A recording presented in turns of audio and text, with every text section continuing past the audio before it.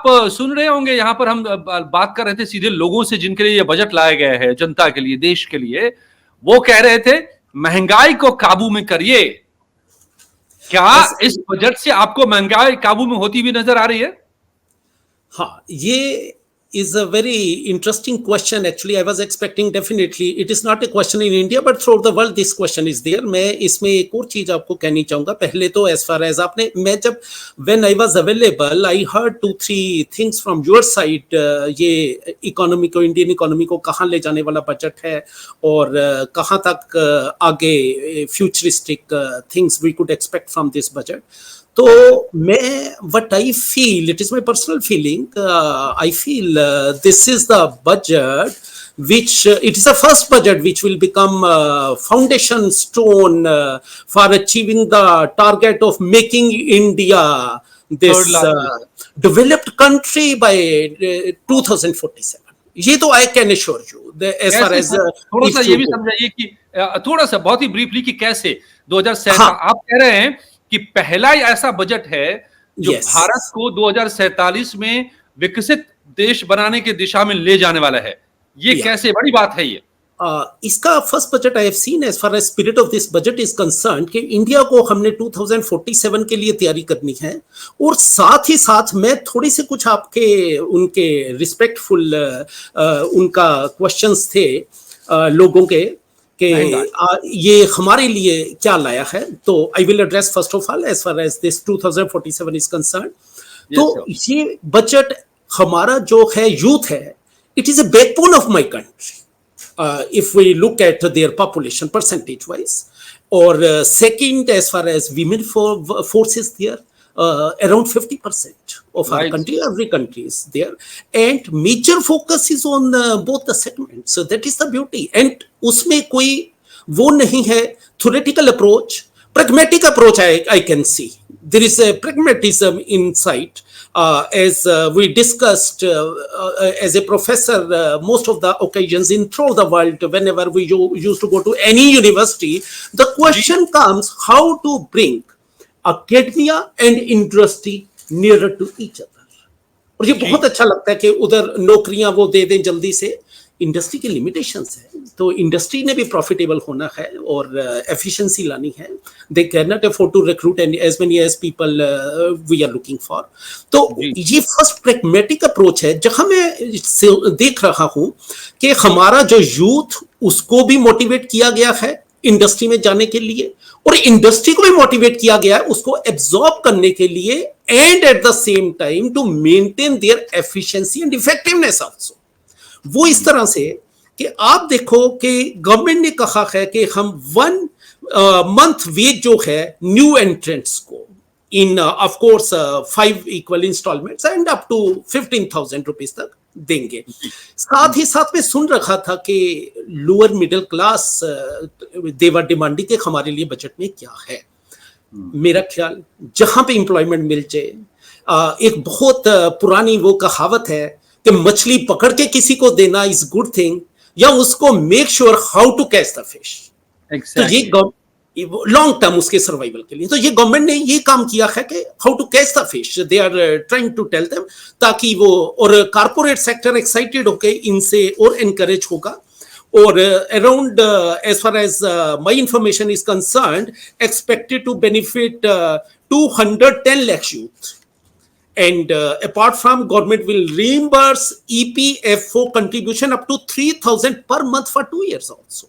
तो ये आपकी बात को आप जो कह रहे हैं, एक बड़ी बात को आप रखना चाह रहे हैं कि देश की अर्थव्यवस्था को इतना मजबूत बनाना और देश की, जिससे देश की तरक्की हो और हम विकसित बन पाए, ये ऐसे कर रहा है, ये बजट उस दिशा में ले जाने वाला है।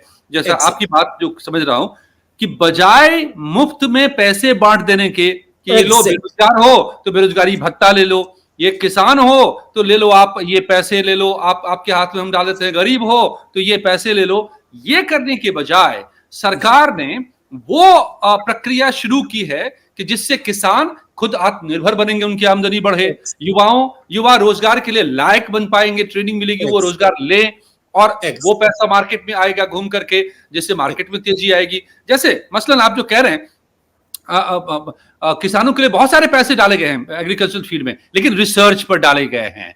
उनको सेल्फ आत्मनिर्भर बनाने के लिए डाले गए हैं कि वो रिसर्च से अच्छे बीज मिलेंगे, उनको खेती के अच्छे तरीके वो अपना पाएंगे, वो सीधे मार्केट से जुड़ पाएंगे। तो क्या आप ये कहना चाह रहे हैं सर कि इकोनॉमी को में फ्रीबीज के बदले, मुफ्त के बदले में कैसे काम करके पैसे मिले, लोगों को विकास करके पैसे मिले, ये कोशिश है?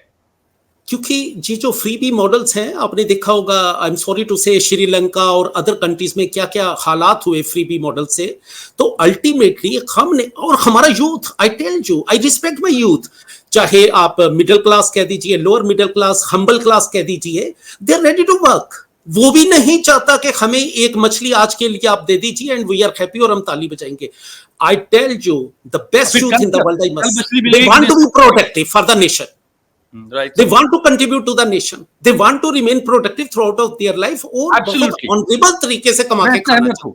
जी बिल्कुल। और उनको एक सपोर्ट चाहिए, उनको एक प्लेटफॉर्म चाहिए। तो मेरा ख्याल है कि वो प्लेटफॉर्म क्या था कि एकेडमी और उसके बीच गैप बहुत था। अब उसमें प्रॉब्लम आ जाती थी कि इंटर्नशिप का इशू आ जाता था। हम जो स्कूल कॉलेजेस में पढ़ाते थे, यूनिवर्सिटी में पढ़ाते थे, वो इधर कॉर्पोरेट में मैच नहीं था करता रिक्वायरमेंट। तो अब ये जो है, ये स्किल, ये कॉन्सेप्ट है जो, उसमें उनको डेवलप नहीं किया जाएगा सिर्फ, but at the same time we will allow the participation of industry actively, which kind of skills industry is looking for, and then we will send them to the industry and industry will accept them. It is win-win situation. ये industry के लिए भी win-win situation है और youth के लिए भी win-win situation है जी। और अपार्ट फ्रॉम दैट 5,000 रुपया उनको इंसेंटिव भी मिलेगा जी। अब मैं सर इसी से मैं उस बात पे आता हूं कि क्या आपने कहा कि अर्थव्यवस्था को मजबूत बनाने, देश को विकसित बनाने वाले दिशा में ले जाने वाले ये बजट है, लेकिन उससे इस वक्त जो सवाल उठा रहे हैं निम्न मध्य वर्गीय लोग या निम्न वर्गीय लोग कि भैया मेरी थाली में टमाटर आ पाएगा, प्याज दिखेगा, खा पाएंगे हम, महंगाई पर काबू हो पाएगा, ये क्या, ये भी राहत मिलेगी क्या लोगों को? यस, मैं डेफिनेटली इस ये क्वेश्चन जो है, it is viable whether we are talking in America, we are talking in UK, या यूके का भी क्या हाल है इन्फ्लेशन में, all of us know it very well. And I tell you, next आने वाले next 5-10 years world is going to face food scarcity, सबसे बड़ी जो प्रॉब्लम है जिसमें खाने पीने की चीजों की, डेफिनेटली, और कुछ वो पिंच होना शुरू हो गया है after this wars and Ukraine and all those things, whole world. UK का आप देख लीजिए इन्फ्लेशन का लेवल क्या हो गया है, and food products are a very big challenge for all the countries in the coming years, I tell you, in next 4-5 years। उसी केस में as far as India is concerned, आप you will appreciate, अगर हमने isolate किया है अपनी food cost को, food price को, तो इंडिया ही अभी तक कर पा रहा है, अभी तक to some extent. But I am fully with the people who are not able to afford it। जब टमाटर 110 का होता है, 120 का होता है, I fully agree with them also.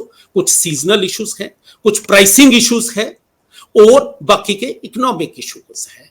Now this is the reason, अभी आपने देखा इस बजट में as far as farmers are concerned, उनके लिए नेचुरल फार्मिंग, उनके लिए ब्रांडिंग ऑफ द प्रोडक्ट्स, और उनके लिए how to move for the from one produce to other produce which is the need of the time, उससे वो प्रोड्यूस करने से उनको भी फायदा है। वो अभी आपने बहुत अच्छी बात मुझे कही, अभी तक क्या होता था as far as research is concern, air conditioned offices में बैठ के मेरे जैसे प्रोफेसर बहुत इंग्लिश बोल के रिसर्च करते थे।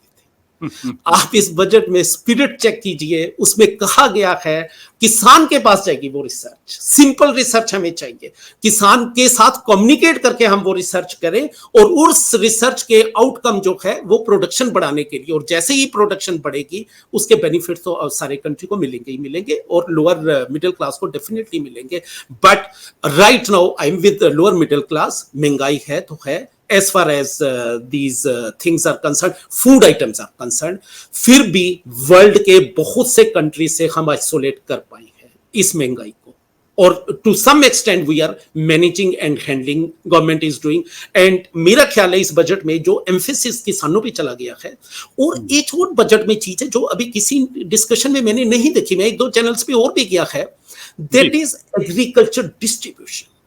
एग्रीकल्चर डिस्ट्रीब्यूशन में middle man is the person who is taking advantage of all those issues. Scarcity होगी तब एडवांटेज ले लेता है, और गलत हो गया तो तब वो एडवांटेज ले लेता है।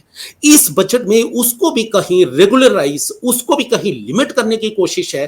और वही आपके कोई इधर चैनल पे वो कह रहे थे कि सर अगर करप्शन भी कम हो, definitely its implementation is related to corruption also. And for I feel that government has already taken lot of steps, and this is the reason अभी लास्ट 5-10 साल में हमने कोई मेजर वो स्कैंडल नहीं देखा है जो पहले होते थे in lakhs and crores. But at micro level also अभी जो करप्शन लेवल्स हैं, जो किसान अगर कह रहा है करप्शन है, वी एक्सेप्ट इट, और definitely we should make steps to initiate, तभी इंप्लीमेंटेशन इस बजट का प्रॉपरली हो पाएगा। और मुझे लगता है कि government is honest about this, and checks and balances में तो गवर्नमेंट आई डोंट थिंक के पीछे रहेगी to bring out the real spirit of this budget and to target lower income group and lower middle. ये सब कहा भी है निर्मला सीतारमण जी ने बजट के दौरान कि हम 6 महीने बाद फिर से पूरी समीक्षा करेंगे। आज तक कैसे हुआ ये एक चीज मैं और ऐड करनी चाहूंगा, if you permit me. Yes, sure, sir. Please. Yes, as far as middle class is concerned, lower middle class is concerned, one food we have discussed, it's a very big challenge, I tell you, in the coming years happening in the world. I am repeating again. Second is the issue existence through medical this treatment. हर किसी का, कोई बहुत rich है, small है, एक medical treatment is a very very sensitive issue throughout the world for human beings, पक्का। उस केस में I really appreciate as far as this budget is concerned, I salute government, उन्होंने कैंसर की medicine and 3 particular medicine जो कि in abundance we are using for the treatment of cancer patients, उसके ऊपर बिल्कुल ड्यूटी उन्होंने हटा दी है। और ये चेंज आपको मेडिसिन में दिखाई देगा। And very sorry to say, unfortunately lot of middle class and higher और middle classes are suffering with cancer. And I am sure ये थोड़ा रिलीफ भी एक मिडिल क्लास को और लोअर मिडिल क्लास को जाएगा, और ये काफी बड़ा रिलीफ एक उनको लगेगा। That is the another relief.